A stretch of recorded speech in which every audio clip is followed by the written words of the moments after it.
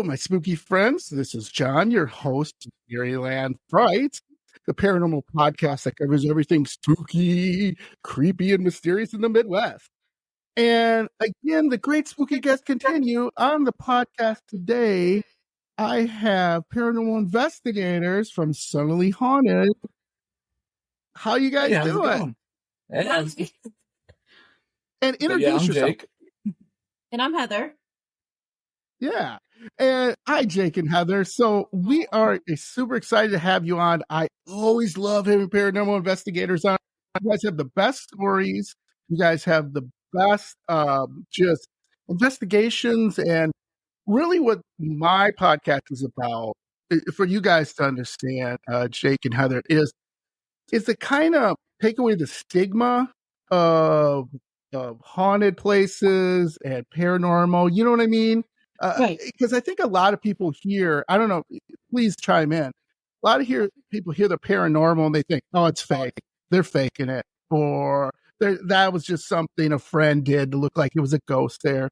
And it really isn't, right? You got Right. There's a lot of people who don't believe, who don't like, who are very skeptical. And I guess it's one of those experiences that you have to like live through and just be present into and kind of, I guess you would say, open your mind to it.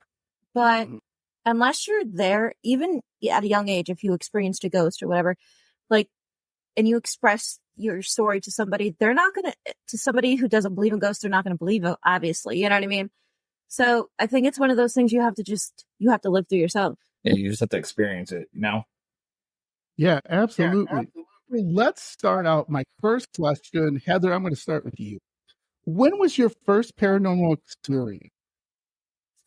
Well, I always have like vivid dreams, I guess you would say, very lucid. And one of them was younger, and I don't quite remember too much. I just remember like an old man sitting like next to me, and I was like on his lap, thinking it's like a grandpa or even like an uncle dad figure type thing. And my mom's just like, oh, you're being silly. And then I guess later on, the most recent one that I had was, so we've lived in our place for about 5 years now. And I think the first year and a half, upstairs is just 2 bedrooms and a bathroom. And all of a sudden I see like this figure. I think it was the 1920s, 30s woman. She wore a bonnet and she had the white umbrella. She just mystically like just walked into my son's bedroom, but his door was closed. Like I saw the full-bodied figure. I was just kind of stunned and taken back because, like, okay, I believe in that stuff, but at the same time, I'm like, really? Did this just happen? Wow, that's really interesting. Let me ask you this too, Heather. What interested you in the paranormal? Because everyone's story is different too. Like, did you go to the library to read books on ghosts, or did you watch a show, or like when did you first like, hey, I'm kind of interested in the paranormal? I always have. So, like, I had my first Ouija board experience at like 6 or 7. Oh, Ouija board! No. Heather, never use a Ouija board. I know. Shame. Shame. I'm not gonna lie. I feel like I have to connect to the other side. I've always known that since I was 6 or 7, that there is another side. And so since then, it was just kind of, I'm hooked and I need to, I guess, more or less get messages across somehow or learn what they wanted, us to know or, Yeah, it's awful. She's always trying to get me to use the Ouija board when we go on investigations. I'm like, nope, not touching it. Not happening. Jake. Poor Jake. It's awful. Are you sensitive or what? I am. Like, I can sometimes see like at least half body figures behind. So I have a coworker and I work in a nursing home actually. And boy. Yes. So I was talking to one of my therapist friends and I seen her grandfather stand behind her and he just passed a week prior. And I can hear other people, but like for everyone else, I can hear and see certain things. I just can't do it for myself. Gotcha.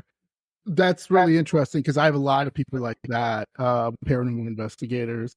Some are a little bit higher on the medium side where they can go in and can manipulate certain things. But pretty much like you, they're sensitive. They, see whatever. And I'm always fascinated. Every last person I've had on the show, paranormal investigators, have said when I was 4, when I was 6, when I was younger, right? Something happened. Like one of my paranormal investigators said, because you're more susceptible to stuff like that when you're younger. Yeah. She saw a man come right out of her wall when she was a little girl. Like she was sleeping and she opened her eyes and she told her man to just go right across her bedroom floor. And she was like, oh, that's kind of cool. And she told her mom and she's like, oh, it's nothing, honey. And then later, you find out your mom or dad would tell you, well, I forgot to tell you, people died in this house. And, because you're 4. How would you handle that? All right, Jake, same question. What interested you in the paranormal? What got you interested in it? So my story goes, when I was like younger, around 12, 13, my parents purchased a new house. And my father was cleaning the house out and everything, and they went to the attic. And my father saw like a box there, and he wasn't sure what it was. So my dad, thinking, whatever, thought it was a box with like drugs. And my grandfather went there, and he was like, this is somebody's ashes. This isn't drugs. My dad's like, really? He's like, yeah. So things started happening in that house when we moved in. My mom was hearing stuff. She said that she heard groaning noises while she was home alone. There's nobody there. And like, I started experiencing things in that house. So basically my perspective on it was I was in a haunted house. I've seen things I can't explain. That's kind of really what turned me on to it. Mm-hmm. Mm-hmm.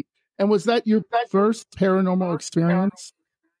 Yes, in that house was my first paranormal experience. Like I never really had an experience before, but like a thing that really opened my eyes to it. And this is a creepy story. I like telling this one.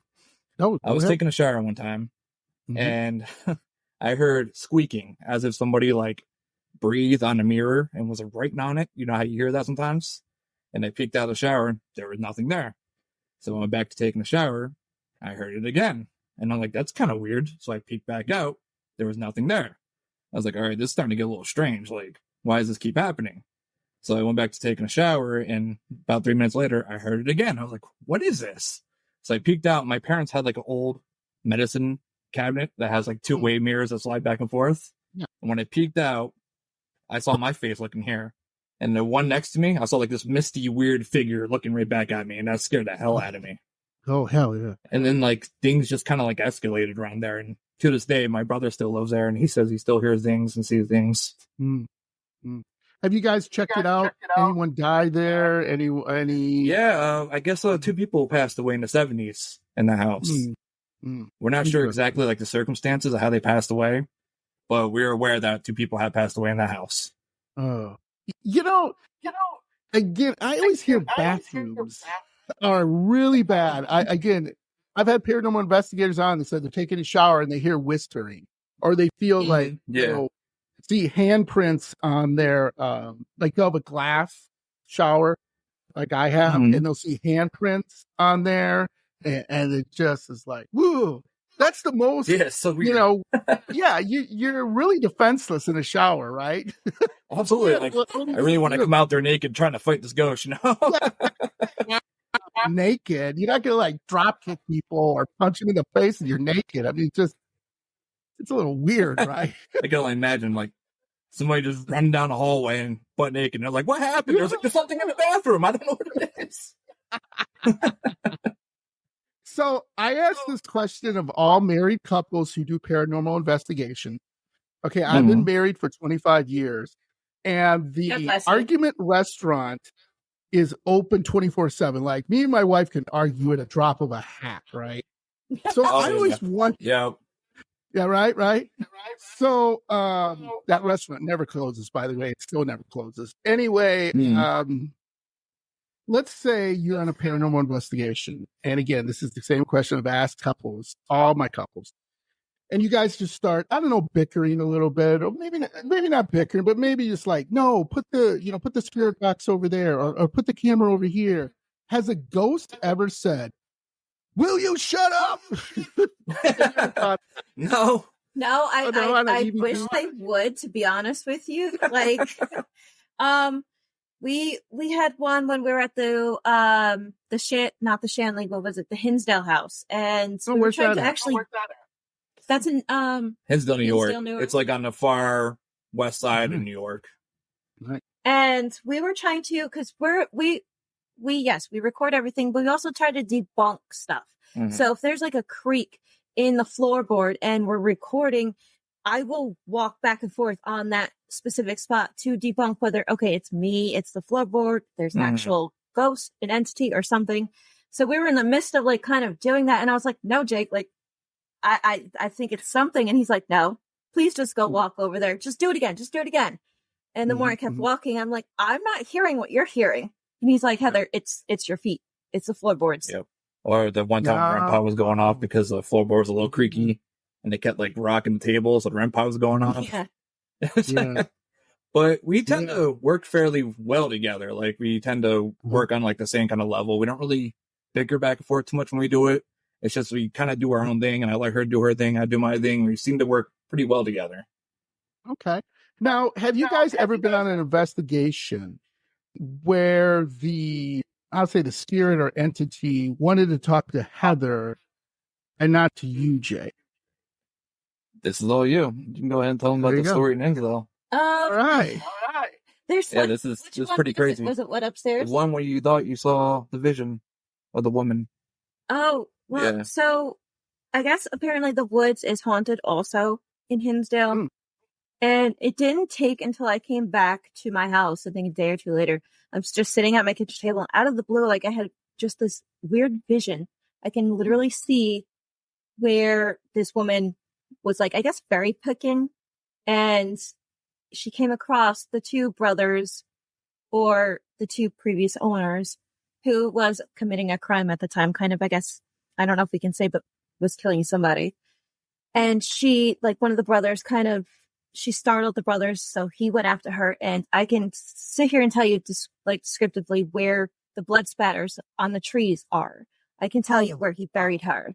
I can tell you, it just randomly came to me, and I, like, still to this day gives me chills, because there are a number of bodies there that they do have flags that they don't want to dig up right now. But hers isn't one of them. Hers is in the woods. And that's what, like, I don't know. It just came to me, and she's like, I don't know her name, but I can tell you what she looks like. I can literally lead up to everything, the events up till death. And yeah, that stuck with me still now. And we were there last year. That's amazing.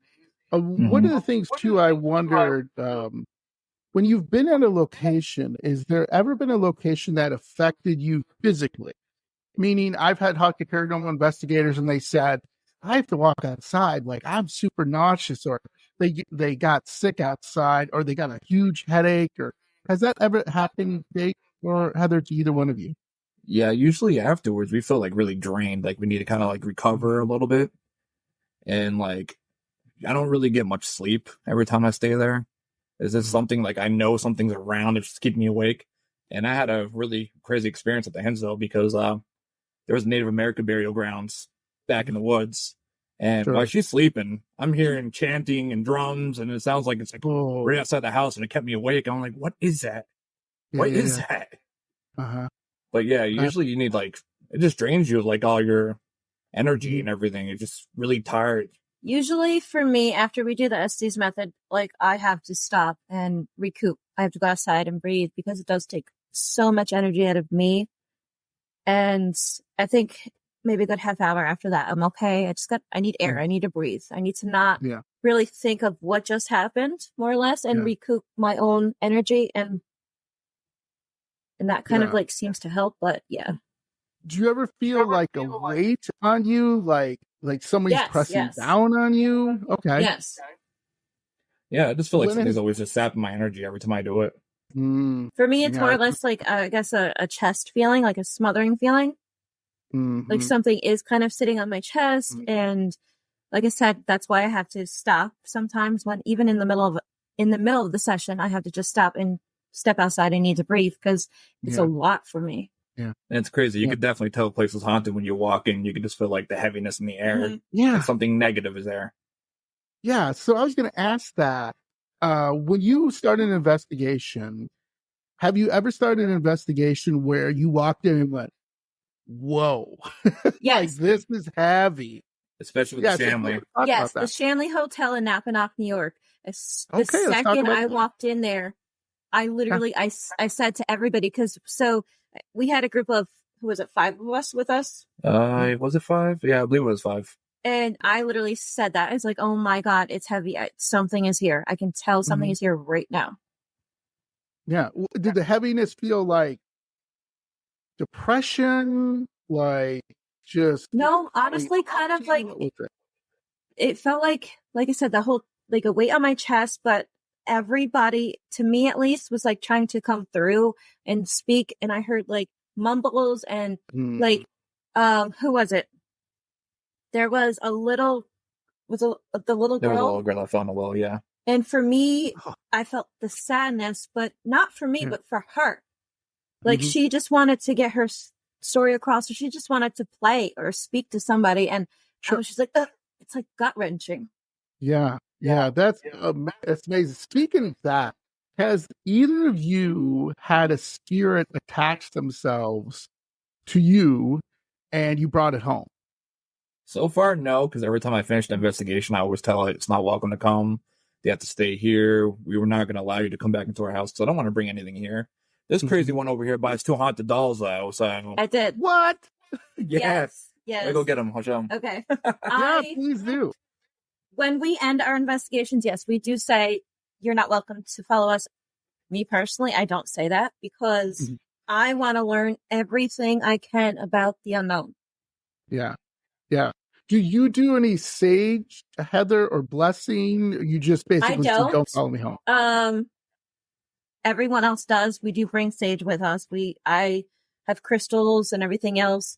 But I don't, because I do welcome it. And now it sounds crazy, but I just want to know everybody's, even on the other side, their perspective, how they lived, their messages, what, all that. Yeah, that's super interesting. That is you are the first paranormal investigator to say that.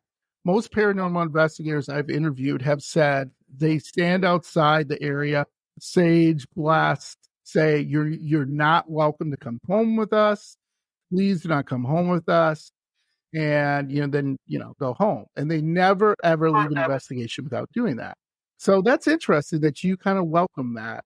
Have you ever welcomed basically no, you're good. You don't have to look up.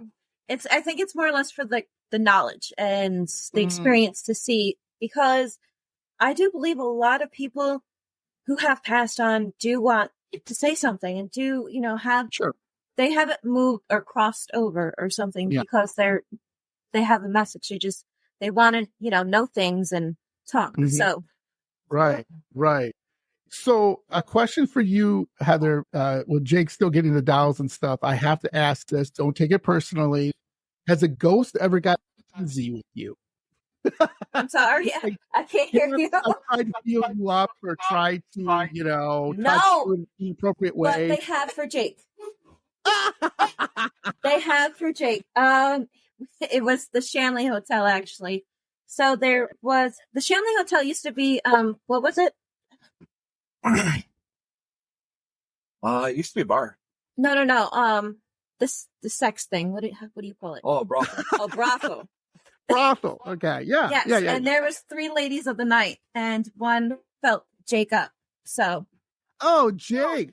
Lucky you. Oh, yeah. It was interesting. And it's under our YouTube video, so you can see that. Yeah. Check that out. I was looking at some of your YouTube videos. I must have missed that. She likes me. Apparently, she likes men with beards. And did you feel a woman's hand touching you, Jake? I mean, actually. Yeah, I felt something touching my arm, and then I felt her crawling into the bed with me. And that part, freaked me out, because, first I welcomed her to come in there, but just physically feeling the bed shake and feeling like a presence next to me. So I sat up real quick, and I'm thinking, do I want to keep doing this? And as soon as I said that, the door started rattling. And I Yeah. just ran out. Oh my God. Yeah, that's amazing. That's the first male paranormal investigator I have interviewed who have said that. Mostly it's women saying men have tried to, the ghosts or spirits of these men at a brothel or whatever, tried to feel me up or tried to, when I lay down on the bed, I could feel them laying on top of me, or sitting on the bed or stuff like that.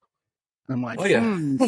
There was two females with us, and we kind of just let the men do it because we knew it was a brothel, and so they in order, I guess, if you'd leave a contribution, like she would Like come out $20, yeah. and stuff like that. So they did it, and she definitely did. wow. Okay. Now that's not considering cheating, right, Heather? I hope not. No, I'd let it slide because prior to Jake's laying on the bed and doing his session, I went on and laid in her bed too. I did it more of a challenge, I guess. I was like, okay, I'm gonna challenge you and see if, like, okay. They told her to get out. Mad? They told her to get out. Yes, it is on recording. They told me to get out. So let's see these dolls. Yeah. Yeah, we got 2 of them right here. All right, let's see it. Oh, Yep. yeah, spooky, creepy. I love it. Oh, I hate those things. I shouldn't say I hate them. They just freak me out. I named them Anna and Belle. Which one's Anna and which one's Belle? Can you show them again? Okay. The one with the curly hair, so this is Anna. Okay. And then this one's Belle. Gotcha. Anything they do? Have you seen them move? What's going on with them? Anything? They like to send her a EMF meter going off all the time. Oh, yeah. We tried doing this thing where we did an SDs to see if we can talk to any spirits inside of them. We didn't get too much when that happened. But we heard that if you bring them on investigations with you, they might ramp up activity. And she bought them off of paranormal investigators on eBay. Yeah. There's a bidding war for them, and she bought them off of them. Nice. Jake, you mentioned an EMF meter. Could you explain that to my spooky friends? What that means?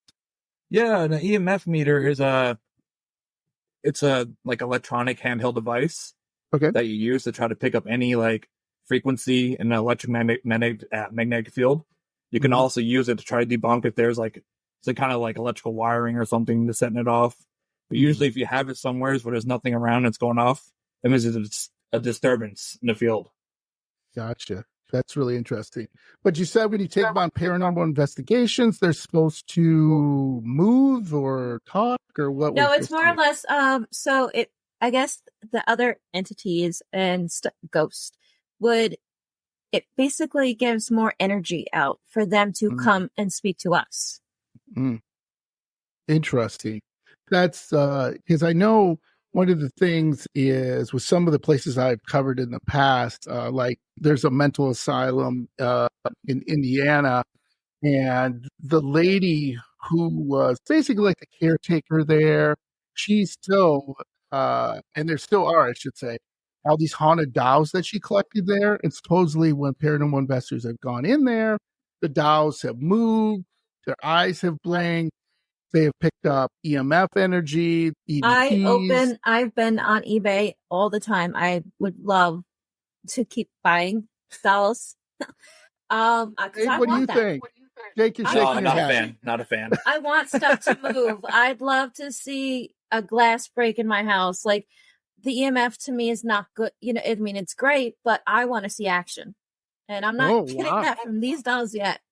Careful what you wish. She wants to get a shed and just put you know how the Warrens have a museum when they have a bunch of haunted artifacts? Yeah, she wants to do something like that. Me. Correct. Oh, okay. So you want an Annabelle? Yep. I'd love an Annabelle doll. It's actually the reference for the name, Annabelle. Oh, yeah. My God. Have you ever heard the story of, I think it's Jack, the boy, the cursed doll in England? No, I heard of Robert the doll, but never Jack. Robert. There's a Jack and there's a Robert. I'm getting confused. Yes, Robert. So you want a Robert doll, Annabelle kind of thing, right? Oh, yeah. Wholeheartedly. Yeah, so that I guess Robert makes ill will happen on people, so he interacts with it, something bad happens to him. Correct. I mean, this guy, just really quickly, I'll cover this sometime, just really quickly for my spooky friends. Look this up. The doll's creepy as hell. The guy who owned the doll he would get to sell it. So he might be with Heather and be like, okay, Heather, here you go. And then he would stop. He'd be like, no, can't do it. And then people would offer him more money and he'd be like, no, can't do it. And then people would be like, oh, okay, And supposedly this guy would be in the attic with this doll and he would talk to it and it's spooky as hell. Very spooky. And so Yeah, I'm it's like, interesting. oh. Anyway, none for me, Heather. You can keep all those dolls. I'm your good. Ouija boards and your dolls, you can have You, them. you do that. So let's talk about Heather. I'll start with you. What was your favorite place you investigated? I don't know. I want to say the Hinsdale, because I feel like I got more in depth, at least like with me personally, like feels wise with the people that were there, and literally the vision I got when I got home. And it's obviously like statute of limitations is like over, because obviously that girl who was murdered happened years and years, like 30 or 40 million years ago type thing. Millions? Not millions, but you know what I mean. So it's not like, hey, Hinsdale cops, I just want to report, a murder that happened in 1920 some or 1890 or whatever. You know what I mean? And could you elaborate a little bit about the history of Haynesville? I mean, what is it? It's a hotel? It's a house? What is it? I'm sorry, I didn't hear it the first time. Yeah, the house started off as like a kind of like a coach house. Like there was a coach trail that went past it that was bringing goods over to like the Great Lake areas, and there used to be like a trail where coach wagons would go through. Now the story goes that there was two brothers that built that house back in the day, and they would lure people to the house. They would like tell them, hey, we got food, we got warrants, all this, come on and stay with us for the night. And they would bring them back and they would murder them and take their goods. Yeah, and like there's a lot of history of that going on. That's why they did a sonar on the property, and that's where they found bodies to back up the proof on that. And there was also the story of the Dandy family that lived there, which is a very like well-known documented haunting that happened. Yeah, where the family was like being plagued by all these spirits and everything, because also the land and the house itself is very haunted, the woods and everything. Plus you mix that in with a little bit of the native burial grounds at the back. It's just a recipe for a whole bunch of paranormal. Yeah. So I gotta say that was absolutely my favorite place that we haunted too. So same place. Sorry, investigated. Yeah, the same place. Is there a place you guys have gone where it just didn't work out? Like you thought it was going to be really good, and then you're like, okay. Yeah, we just started doing private cases, and just recent private case we didn't really get too much going on there. Yeah, I was going to ask you that. If someone wanted, it was like, hey, Heather, this is really bothering me. My kids can't sleep. I think there's spirits. I think there's shadow people. So you guys investigate that, or would you go to that? Okay. Yes, definitely. And what do you do there? What is the main thing you're looking to do? We bring our equipment, and so we take photos, we take videos, we interview the people in the household. We will do it privately, just be in a room with us and the camera, see if we get anything. It is important for us to do inside of the house and outside, because the house could be built in 1970, but the land obviously is the part that's haunted, and the people who lived on the land maybe in 1800s feel that it's their house. Yeah. Even if you just built that house, it's their land, it's their property, and you're invading their space.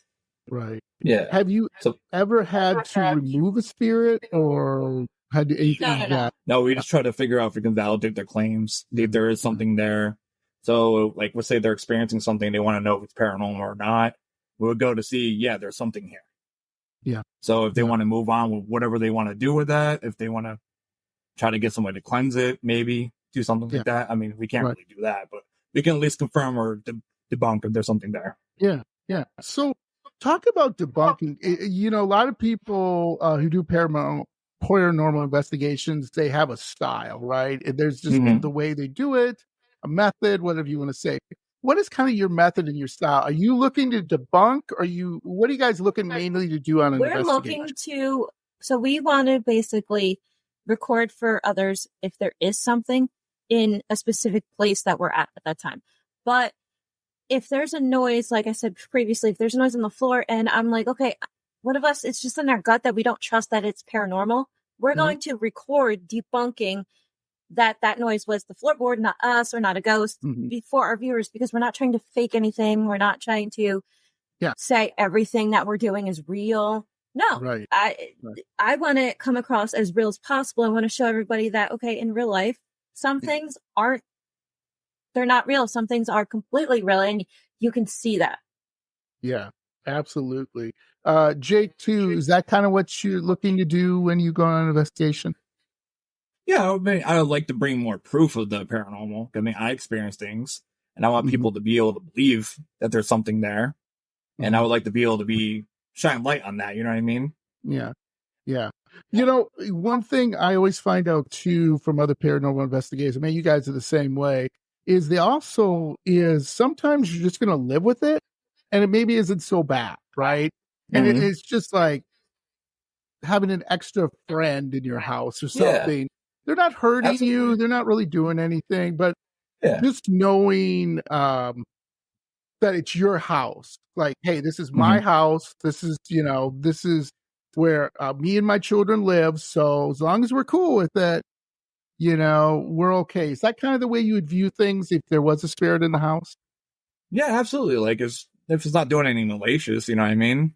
Like, it's not hurting anybody. It's not trying to scare you out of the house or anything like that. It was just something that's there, Like my parents' house, for example, there was nothing malicious that happened. It was just something that startled you every once in a while. Like, oh, that door just closed. That's weird. Right. Exactly. So, I'll wait till Heather comes back here, but I'll ask you this question. I always ask my paranormal investigators, what is your bucket list of paranormal places you'd like to investigate?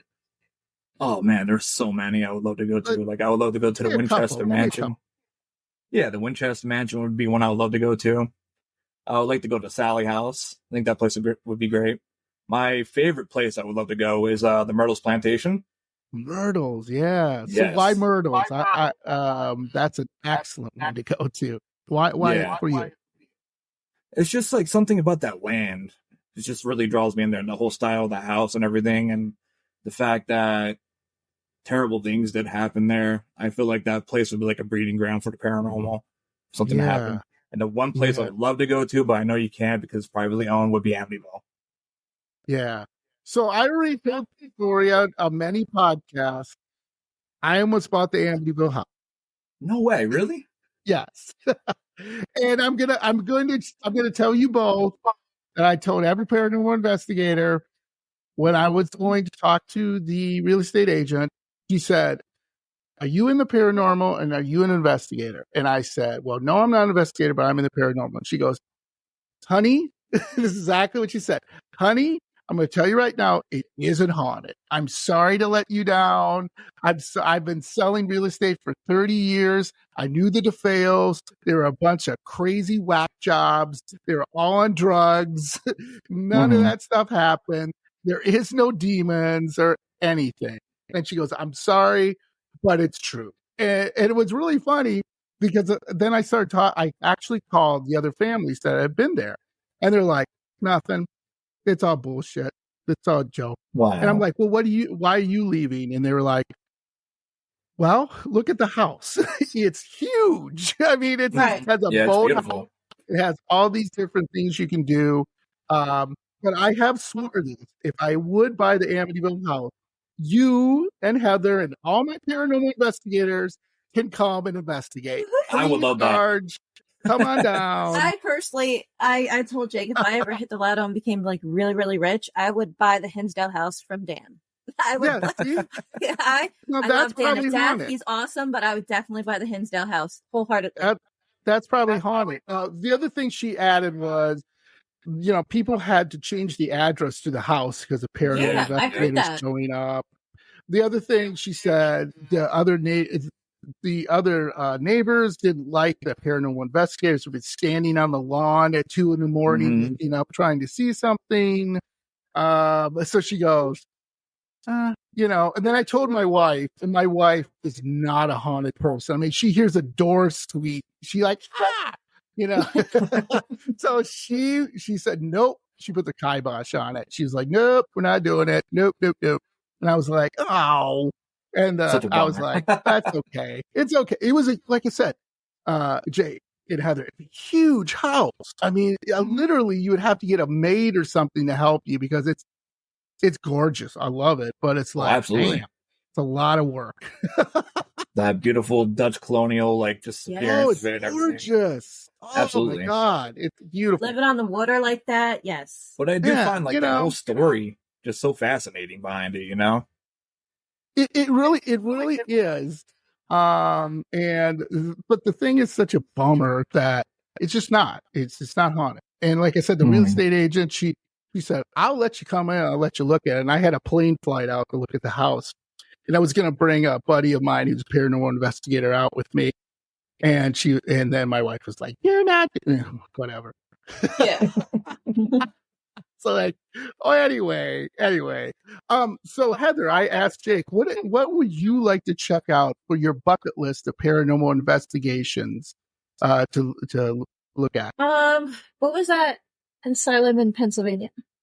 Was it Penhurst or Yeah, Penhurst. Ooh, Penhurst. Because I work in a nursing home now, and I deal with a lot of death and stuff like that, and old people, and it's different when an insane asylum type patient, goes crazy or whatever and dies there.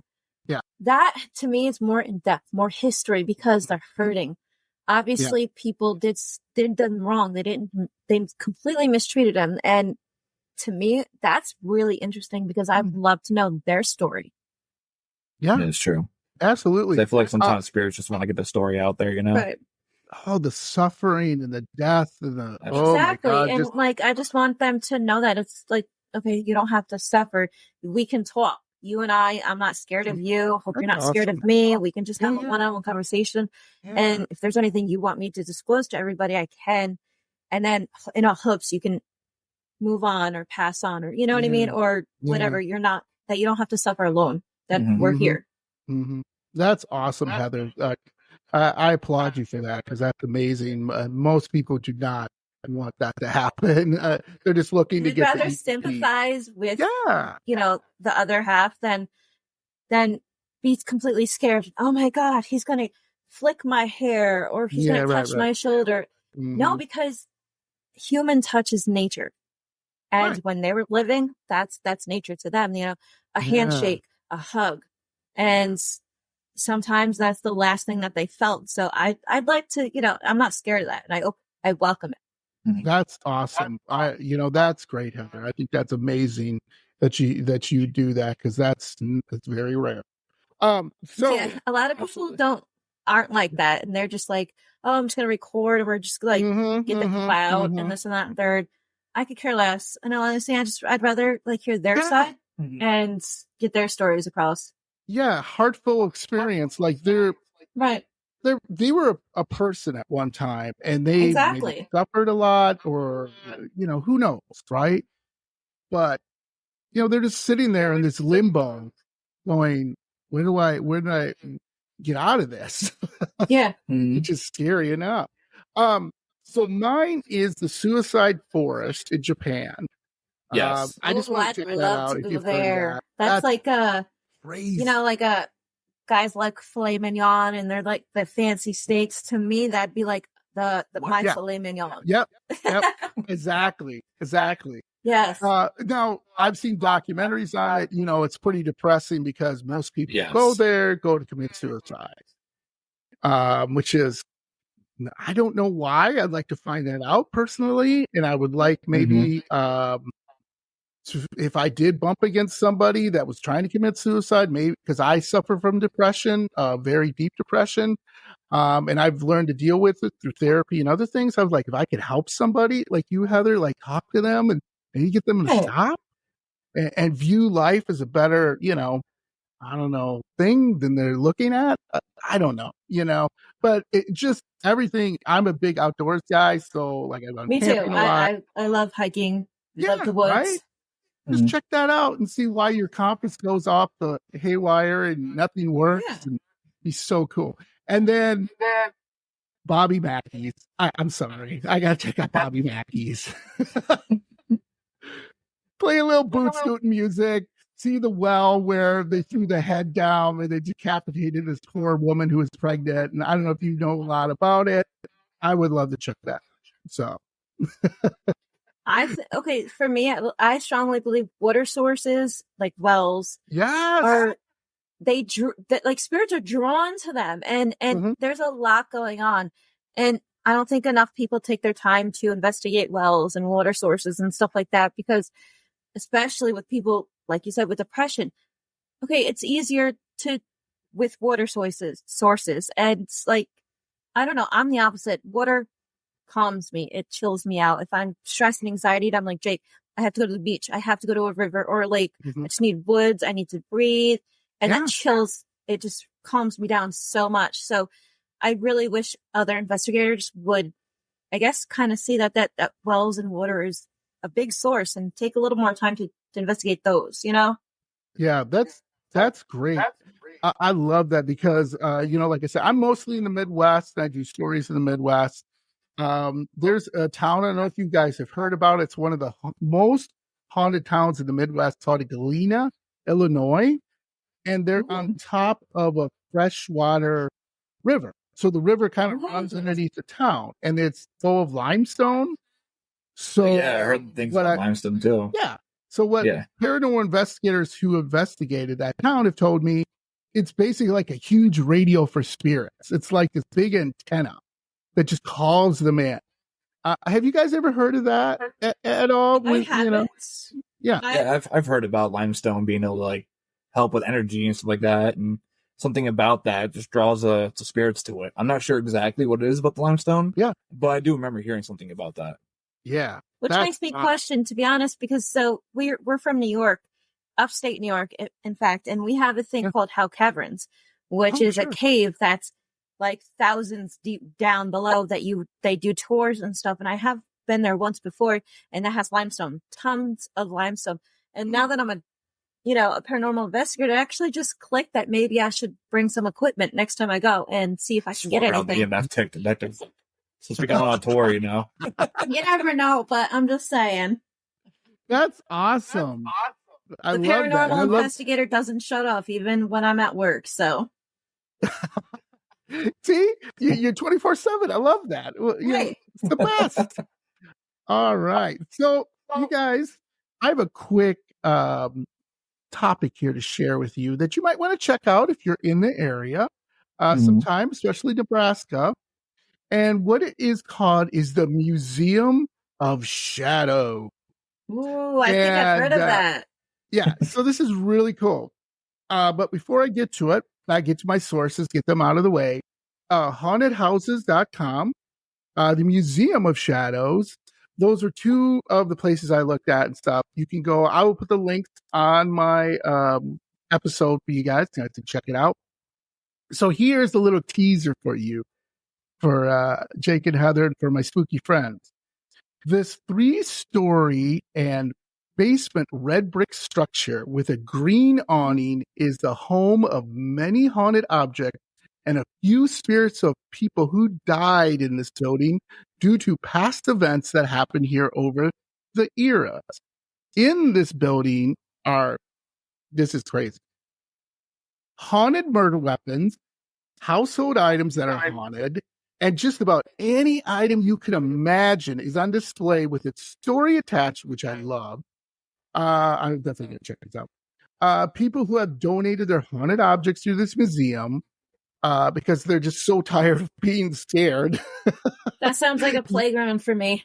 Yes. When you hear about it, you're going to, Heather, it's going to be like, oh my God, it's like Candyland. This is great. It's like Disneyland, paranormal people. These items on display have been certified as having a spirit attached to it. The Museum of Shadows is in Plattsmouth, Nebraska. which is about a 6-hour drive away from me. I'm in Wisconsin. You might want to check this place out. Okay, so here's some of the history of it. The town of Plattsmouth, Nebraska, got its start as a trading post. This is going to sound familiar to you guys. That grew throughout the early 19th century. It was incorporated into a city in 1857, just before the Civil War broke out. The buildings that were built in the 1880s, so already I know you guys' minds are spinning like, okay, we know this. And now make up protected structures found in Plattsmouth Main Street Historic District. Protected by, which is awesome, by the way, National Register of Historic Places. In other words, these buildings cannot be torn down. They are considered a historic place. The building is at 502 Main Street on the corner of 5th and Main, has housed a variety of businesses, included, here we go, a saloon, a brothel, of course, a doctor's office, a dentist office, a cigar factory, a barber shop, a tailor, and a restaurant. And my favorite, a place for embalming corpses. Oh, yes. I mean, well, there you go. That's cool. It has everything. And the local newspaper in that was printed in the basement. So it's got this crazy amount of energy, right? From brothels to bar to barber to so that's like a week's worth of investigation right there. You can't do that like overnight or 2 nights. Absolutely. You have to stay 7 days, like to get even probably longer just to get every building. Yeah. So Nate and Kaylee Ratterman, who are experienced paranormal investigators, founded and became the curators of the Museum of Shadows. They have 12 years of investigative experience, including dealing with demons through their group. Tri-City research and investigation of the paranormal or trip. They have volatile objects of all kinds in their museum. All donations are put into quarantine to be sure the objects are haunted by benign spirits. The items that have, this is for you, Heather, that have nasty and negative spirits attached to them are put in a storage locker. So you would have to ask, I guess, to see them if you want to investigate them. Yeah. The Museum of Shadows puts all of their spirits to work. I don't know, this is kind of funny. Giving them a chance to express themselves at the same time. Besides selling tickets for the self-tour, by the way, it is a self-tour. You go in there, you buy tickets, and you just walk around yourself, which I'm like so glad, right? That you can just do this at your own pace. They conduct paranormal investigations, which helps keep their doors open. So like I said, you guys, I guess, would just reach out to them and ask them if you ever want to do it. I'm sure they would love to have you. That'd be awesome.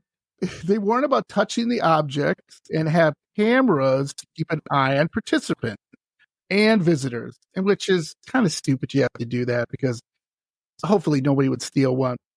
So here's some of the things here. A spirit attached to an object may decide to go home for a visit. So they've had that happen before where a spirit has attached themselves to someone and gone home with them. The cameras also keep an eye on haunted items, like I said, on display. But one of the things, some of the dolls, they said, because they have this, you can look at a million YouTube videos, okay? Some of the dolls they've seen and objects move is recorded, because they have cameras on there after closing hours. So, excuse me. They used to have a live feed. I don't think they have a live feed anymore, but they used to, where you could go on a live feed like at 2:00 in the morning, okay, and check out what's going on. I'm not sure if they do that, so don't quote me on that. It'd be cool if they did. The attic, where a prostitute, Anna, was brutally stabbed, check this out, people, 90 times by a disturbed client. Her body outline has been drawn on for effect. So they still have the attic. You can go up and they'll have the chalk outline that you can look at. Most people have felt her presence there. The spirit has found a way to communicate with the living. So this is good for you, Heather. Informally with visitors and participants of the paranormal investigations held there. So imagine, like you were saying, Heather, this poor woman, she got stabbed 90 times. And then, would you think she have something to say? Right? Well, yes, that's a lot. Like, obviously, she has unfinished business, and sorry, the camera. Yeah, I would definitely love to go there. Yeah, I'm 100% interested in it. And it goes on. The basement has a heavy feeling in its energy that is pretty oppressive, they say. And just staying for a few minutes, you just feel like something heavy on you, like you guys talked about earlier. Right. On one wall, there was a boatload of Heather and Jake. You're not going to like this, Jake. So be prepared. Haunted Ouija boards. Yes. So they have a whole wall. I had like, Ouija dude, boards. I seriously would love to come across one. I don't with that. Okay, I don't know. eBay sells them, of course. I don't know how true they are haunted. Yep. As in, I would love kind of one of my viewers to just send me one of theirs that they're like, okay, something's really wrong. Or Jay. Okay, just take it. Just get it off my hands. And I'm like, yes, just send it to me, please. Or if you're a viewer of something haunted, please do not donate any of the boards to Heather. You do not want any portals opening up in her house. Send it to me privately. Have you ever seen The Exorcist? Yes, I'm not scared. Yeah, I started with a Ouija board. I'm not scared. All right, so here's some more things for you. Plus, there may have been a few spirits of folks who have been killed here as well because the building had a wild past, right? Remember, it was a brothel, it was a bar. Right. Yeah. So let's talk about some of the paranormal activity. See what you guys think. Visitors have had personal experiences while touring the museum. This is what has happened. Cameras have caught, obviously, paranormal activity during the time the museum is closed to the living. So most of the stuff that they catch and you'll see on the YouTube videos is typically after hours when you, let's say Jake, would be investigating. Although there has been some stuff caught when people have been doing their self-tour and just walking through. By the way, people, just to make very, very clear to everyone, Jake and Heather and all my Studio friends, this isn't going to take you all day. It's like maybe a half an hour. It's not very big. You look at the site and you'll be like, oh, okay, I could do that. Now, there's been some other scientific ways each item has been verified to be haunted with hard evidence taught in foolproof ways. So a lot of paranormal investigators like yourself who are trying to debunk stuff have come in and like brought a Ouija board down, have done, EVP or EVM or the camera and seen something or something has happened. I don't know if all those videos are out there, but people have said they've conducted many investigations there, and they said they have seen many things like with Ouija board, the planchette. Planchette, thank you. When they put the planchette out there, it would just move by itself. And they're like, I'm not doing anything, you're not doing anything. That has happened a lot. Also, they have heard a voice of a young girl and an older gentleman have been recorded. The painful cries of a dying boy have been heard coming from, this is crazy, a murder weapon that cut him severely years ago. So again, I don't know if this is on YouTube, but supposedly they took this knife and the investigators were looking at it and they started to raw, the camera and all this stuff. But then they did an EVP on it and asked, who killed you, or questions like how did you die and stuff. And they heard this little boy just crying, being like, see, that's sad. I do believe like the feelings and stuff are transmitted over, like, God, I can't tell you if anybody would find the murder weapon of the girl or the woman who was killed in Hinsdale Woods that I envisioned, but like that's deep because I like his, I don't know how to go else about that response besides I strongly do believe his feelings were placed upon his feelings with the blood upon the weapon. And even years later, I'm pretty sure if you probably do the blood analysis. It's a black light thing. Yeah, Over, it be there wholeheartedly, almost all of it, the whole night.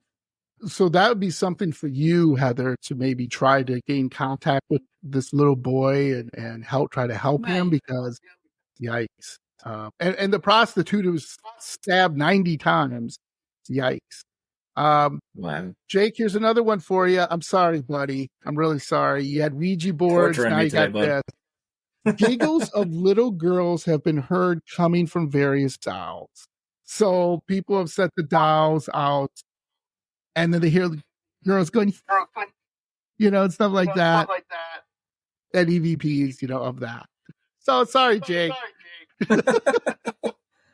Man, you guys are just torturing me today on this podcast. I know. You're going to have Ouija boards and dolls come back to live in this place. Yep. My house is going to be covered in them. Oh, no. Poor Jake. And then cameras have caught lights that turn on by themselves and items that have rolled across the floor for no apparent reason. Visitors have also noticed, have you guys ever noticed this? The smell of a flowery perfume in the air? Yes. That's so weird. Well, I actually smelled this a few days ago at my job. Obviously, the specific patient has no relatives that have passed on, so I don't know who it was or why it was coming to me instantly. And I was working with another coworker, and I even told her, I was like, "Do you smell that?" And she's like, "No." And I'm like, "Are you serious? It's literally like Elizabeth Taylor or, like White Diamond scent or something. It's a floral scent, and it's so heavy, as in I just put perfume on, but I've been working the last hour and a half. So no. But yes, I have. That's yeah. Jake, have you ever smelled that? I have not. No, I have not an experience with any smells. Have you guys ever experienced any what's the other thing? Like, other people said not only perfume, but they've smelled like liquor or like food smells. Have you guys ever smelled anything like that? No, other than I guess a musky smell, between, how, well, I don't know, between I guess like a bar back in the 90s, they used to be able to smoke in bars and restaurants and stuff. Okay. That muskiness, that smell that I have. So yeah. Yeah. Ugh, I hate that smell. Now investigators have unexplained equipment malfunctions. That's happened a lot. Also, visitors and investigators have felt a soft touch on the arm by an unseen presence. The other thing, it's PTSD for me. Question, I bet you're thinking, where do you get to the stuff in the storage locker? Okay, this is what you have to do. The owners have to be around when you do this, and you have to sign a waiver. This say, if the Satan comes out and eats your head, well, that's fine. I'm not afraid. You signed up for that. Yep. Because some of these, what I've read about, are nasty, like really, really nasty, like Robert the Doll or Annabelle or something to that effect, where they just make people feel sick, make people feel depressed, and just bad luck happens. Like they drive down the street and get into a car accident, and they're like, or they have to go to the hospital the next day and have like heart surgery or some crazy thing like that. So they're very leery of bringing those out. So I guess you guys could ask if you want to go. So let me ask you this, guys. Do you guys want to go? I think it looks like absolutely. I loved it. Yes. I loved it. I'm down. So I will send you the link to this on Instagram. You guys can look at it. It has all the information, how to contact the people. And then I don't know if it's free for you. I don't know if that's true or not. I'm sure they'll probably want a donation. But anyway, I'll send it to you guys to check it out and then tell me what you think. So perfect. Before we end the show, talk about some upcoming investigations you guys have going on or anything else you guys doing to share with my audience. Yeah, we're currently doing a private case with one of Heather's coworkers. We're going through the process of recording that. Eventually we will have that up for people who want to view it. We are planning on going back to the Shanley soon, maybe within the next 2 months. again, we'll record our experiences and have that up as well. Anything else you want to? Hopefully, so we would like to get ourselves to The Conjuring. Unfortunately, it is almost $2,000. And in What? today's economy, it's very expensive. It's roughly $1,600. That's the downside of ghost hunting. It's very expensive. Yes. Yeah. So, back up. I'm sorry. You have to pay them $1,600 to investigate. Yes. Yep. A night. A night. And you're restricted on where you can record, to be honest with you. Okay. That's so it's kind of like you're gambling with if the money's worth it, I guess you would say. You know what I mean? Yeah. Yeah, absolutely. Now, I do know the Sally House, Jake, you brought that up. I do know they're about $1,500 a night. Oh, I did not know I looked that. it up. Yeah, because me and my buddy were going to stay over there because, again, Kansas is like not really close. It's probably like 8-hour drive away from where I live. Mm-hmm. And me and my buddy, we were going to just stay out there and stay all night and hang out. And then it was like, at least when I looked it up, it was like $1,500. And my buddy goes, I can get a kick-ass hotel room for that. I'm not absolutely, right? That'd be like worth it in a sense, because at least you're not restricted to where you can record. We're gonna plug everybody. We'll plug Dan back in and say that Hensdale is definitely some place that you should go. And not too crazy expensive. Yeah. And you would definitely catch something there. Oh, yeah. Yeah. So absolutely. Dan, you're welcome. Shout out. Shout out, Dan. Jake and Heather, you guys are great. I loved all your stories. Heather, you're scaring me with the dolls and the Ouija board. Sorry. Poor Jake. Yeah, she's just torturing me over here, man. I love it, though. I love it. Absolutely love it. So if you guys, please do me a favor. When you do your investigations, I would love to have you back on. And could you talk about them if that would be okay? Yeah, that'd be awesome. Definitely. Thank you for having us. Oh, yeah. You guys are great. I love you guys. I love paranormal investigators. You guys have crazy stories. I am not afraid to admit I've never seen a ghost. I've seen like shadow people and I've seen other things. But if I really saw a ghost, I'd probably scream and run the other way. I'm a pretty big guy and I've seen some scary stuff. But I'm sorry. I just have to admit that. I would have to go with either you I'd guys be or walking somebody else. To them and be like, can I help you? We chase them with a camera, you know. Oh, this is great. It's been a ton of fun. So just to let you guys know how we end every podcast. We say, hi to your ghost. Hello, ghost. Because, that'd be friendly. Hey, ghost. And we say, stay spooky. Stay spooky. Stay spooky. All right. Thanks. Love you guys. You guys have a great day. Good talking to you, man. Thank you. Bye.